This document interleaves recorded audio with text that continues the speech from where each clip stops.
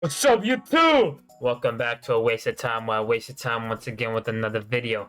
In this video, oh my god, did I just go down Gym Talk rabbit hole 101, where I don't know where the hell I went down, but today was one of those days where it's like, you know what, I just spent 3 goddamn hours scrolling through TikTok comments, figuring out what the hell is happening with science-based lifting, okay? No, I'm not a science-based lifter, I'm not a gym rat, I'm just a gym rat, alright? I'm not a bro science lifter either. I'm not a steroid fiend either, okay? I'm just a guy who goes to the goddamn gym and just loves to lift, okay? As I was scrolling through TikTok, okay?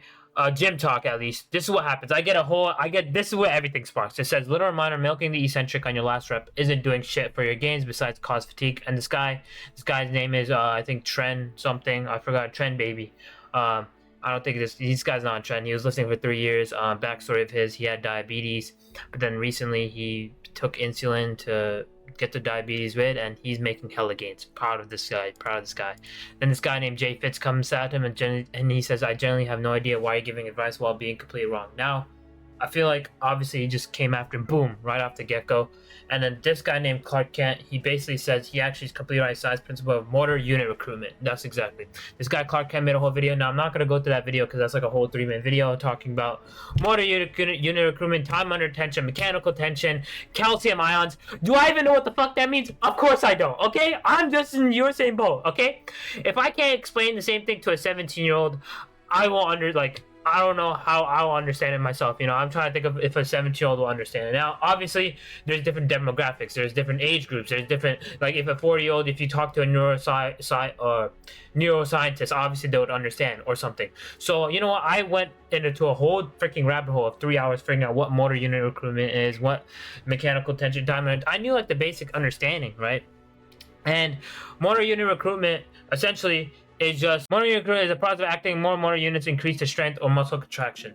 Now, yes, your motor recruitment deals with also your nervous system. Now, I'm not trying to make this whole bro science thing or science-based lifting, okay? And I ended up scrolling upon this goddamn video where it says, maximize motor unit recruitment. Get bigger, get leaner, get stronger.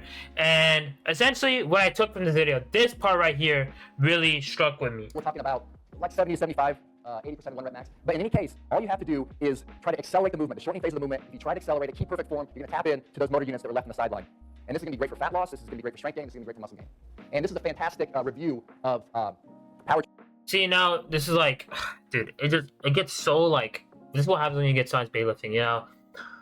Now, please, all these science-based, whoever sees this, listen, I'm brain dead, all right? I'm stupid, I'm ignorant, and the fact that, like, I'm not knowing. But I feel like over time, I've also increased muscle, and I'm still increasing muscle. I'm still in my newbie game phase as well. And at the end of the day, I'm no freaking fitness guru. I'm not some guy who's gonna keep researching and keep going upon studies after studies, looking at type 2, type 1, 5 muscle fibers.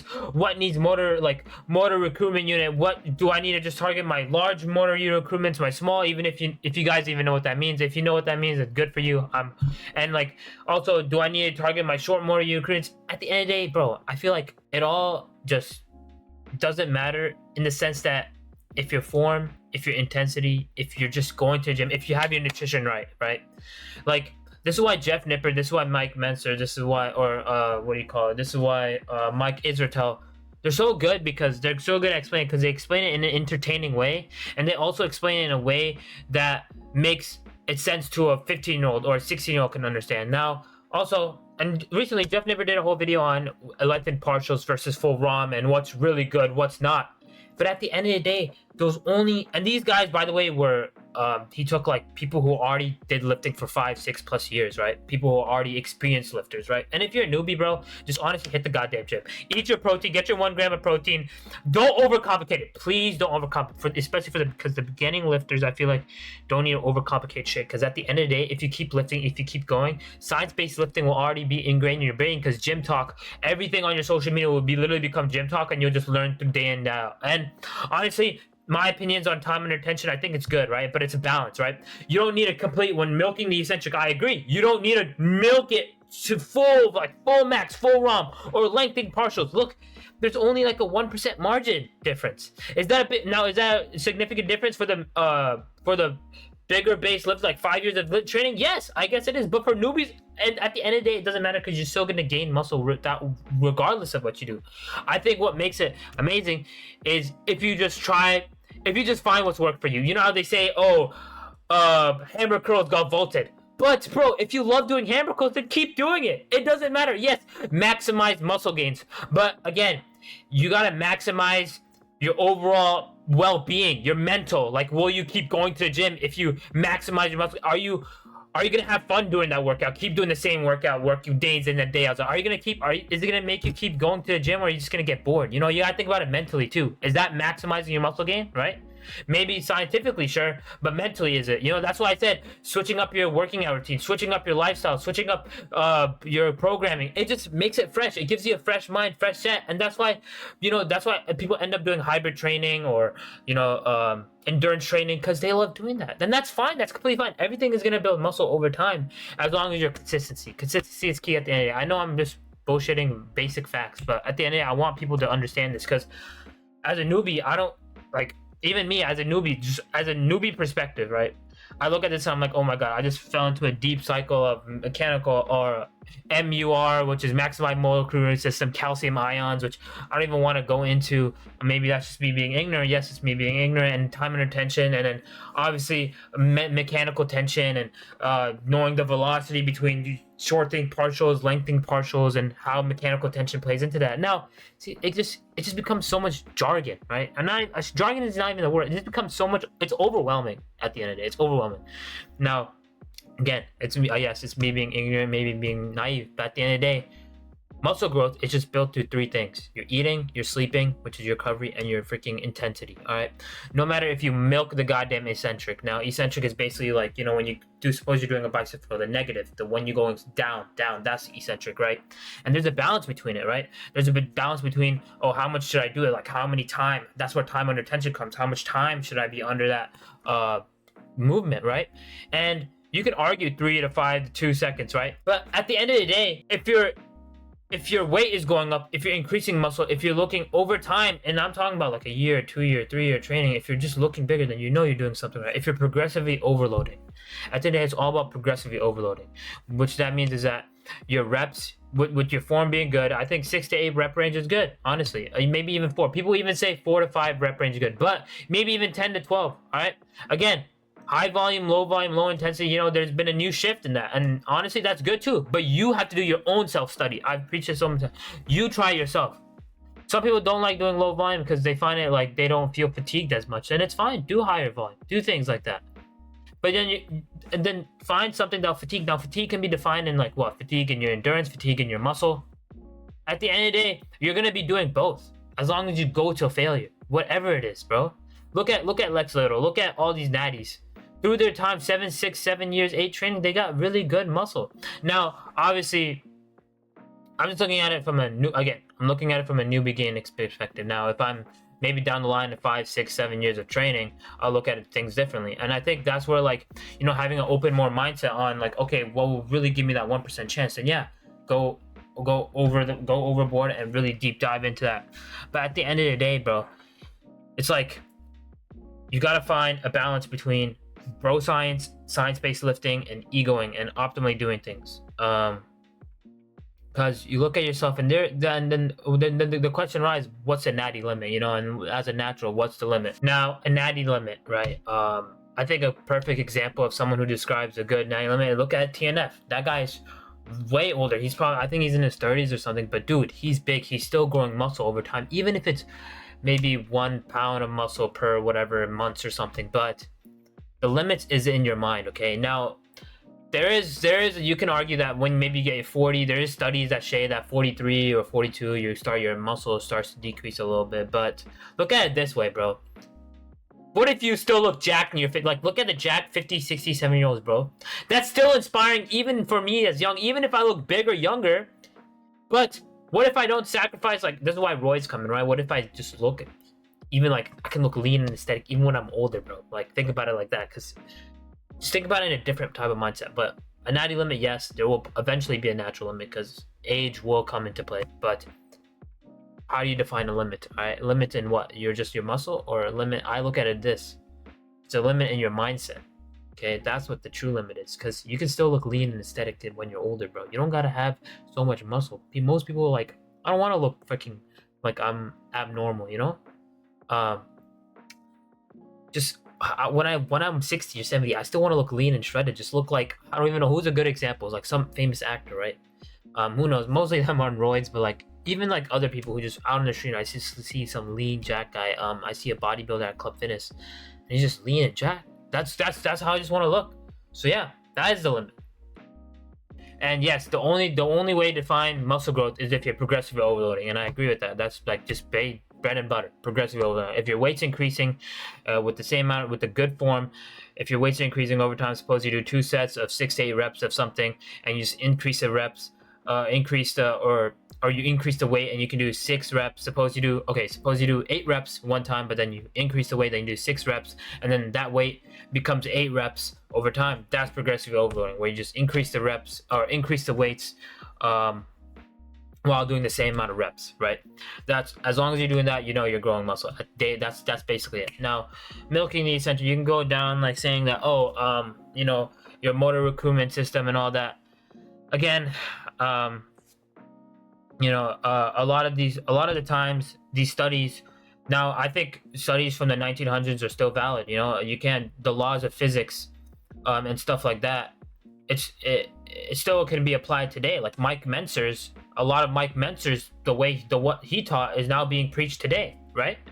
So again, it's like, who you look at, just look at it from multiple perspectives. All right, I just keep doing, have fun with your training. All right, don't, and like this, I'm like one of the people right now, because I'm only been lifting for almost 2 years now, so I'm still in my newbies phase. And maybe I'm just, please, I hope no science-based lifter finds this goddamn video, even though I'm gonna probably make this video, science-based lifting has gone too far. Please, in the comments, if anyone comes at me, listen, I'm stupid. All right, can I say the R word? I don't know. Have I already said it? Maybe.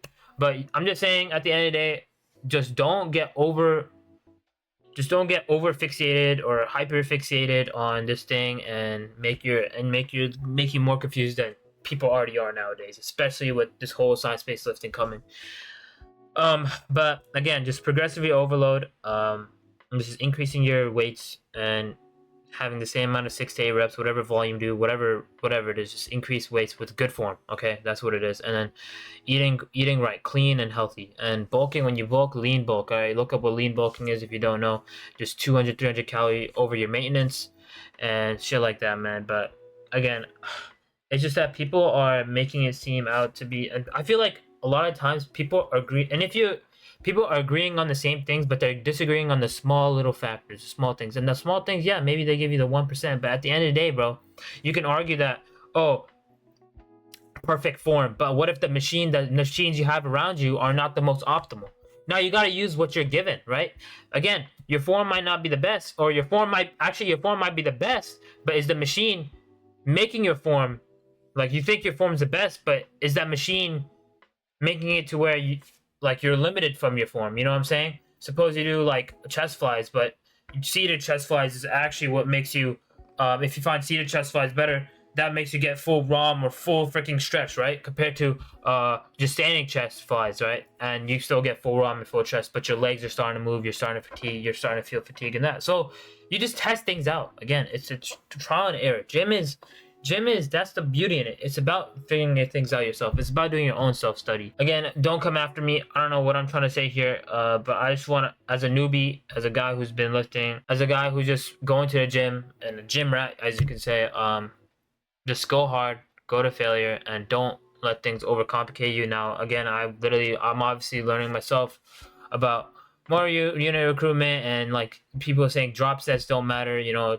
maybe even rest pause, maybe that, like 5-second rest, and then go again, right?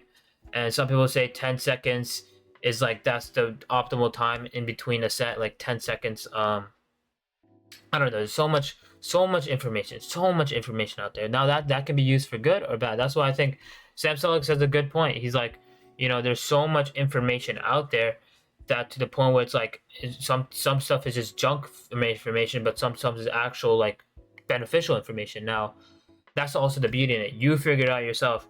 And from a bodybuilding perspective, You know, what adequates the most muscle growth is honestly just your intensity, your nutrition, and as you get deeper, you're just gonna find yourself already knowing these stuff and finding like yourself like just like me, learning about science-based lifting, learning about like just bigger guys just going hard and just having fun with it. All right, at the end of the day, have fun. Just eat, train, sleep, recover, and rinse and repeat. All right.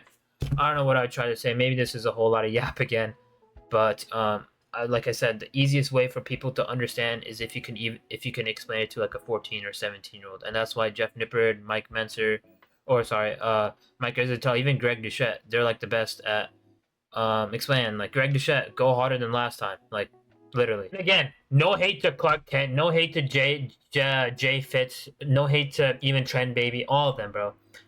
They're honestly all fucking smarter than me. But I'm just saying that, like, I feel like they were all coming into, like, some sort of agreement. Because, trust me, when you're scrolling on the TikTok comment sections, oh my god.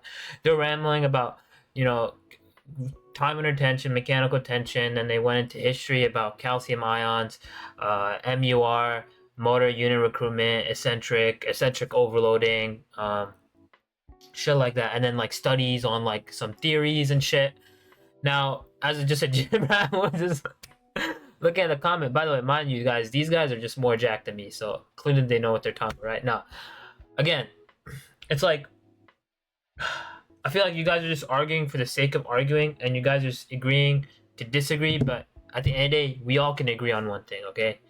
It's that intensity defies all, and nutrition and recovery and sleep. Okay, you can maybe argue that down the line, yeah, you guys have 5, 6, 7 years of training, and maybe that 1% of training will adequate to more muscle growth over time. But at the end of the day, I feel like you'll still build muscle as long as you train hard. Am I wrong? Or am I right? Like even if you give that, because look at it from here, like Lex Little, who's maybe doesn't know he still build muscle. He's still 210 pounds lean after 8 years of training and he's still going at it. He's still doing his thing. And as long as he's progressive overload, yeah, you can argue that eccentrics don't matter. Yeah, you can argue that this and that and this, right? What's more optimal? 3 second. Like I need that 3 second. But at the day, it could be maybe the machine is different, right? Some machines make you have that 3 second. Like a preacher curl I found, my preacher curl, the new Pandera, whatever. It forces you to do a 3 second time of detention. Like the weight, just the gravity, just makes you like the gravity's already making you go faster down. So again, it's like the machine too, the form too. So there's so many variables. Okay, there's so much variables to the point. It's like okay, what are we arguing at now? Because like yeah, there's so much machine, so much, but that's it. That's what I find fun in the gym. There, you can make your own program, you can make your own center regimen, and you'll still build muscle. Okay, we're all building muscle at the end of the day. Even if you made a 40-minute long video, they're gonna remember that short phrase. Compared to all the freaking science-based or whatever, you can go into motor recruitment, calcium ions, time under tension, mechanical tension, eccentrics, concentrics, all these terms, and it's good to learn. And I'm saying it's not, you shouldn't just like not learn it. You should go, but just don't go so over fixated on it. Knowing that, just give your all with good form and just progressively overload. I think that's simple enough, right? Now, I'm not here to debate. I'm not here to argue. This wasn't even, I don't even know what I was trying to say here at the end of the day. Maybe this is just an ignorant video, but at the end of the day, as a intermediate, I don't even know, newbie lifter,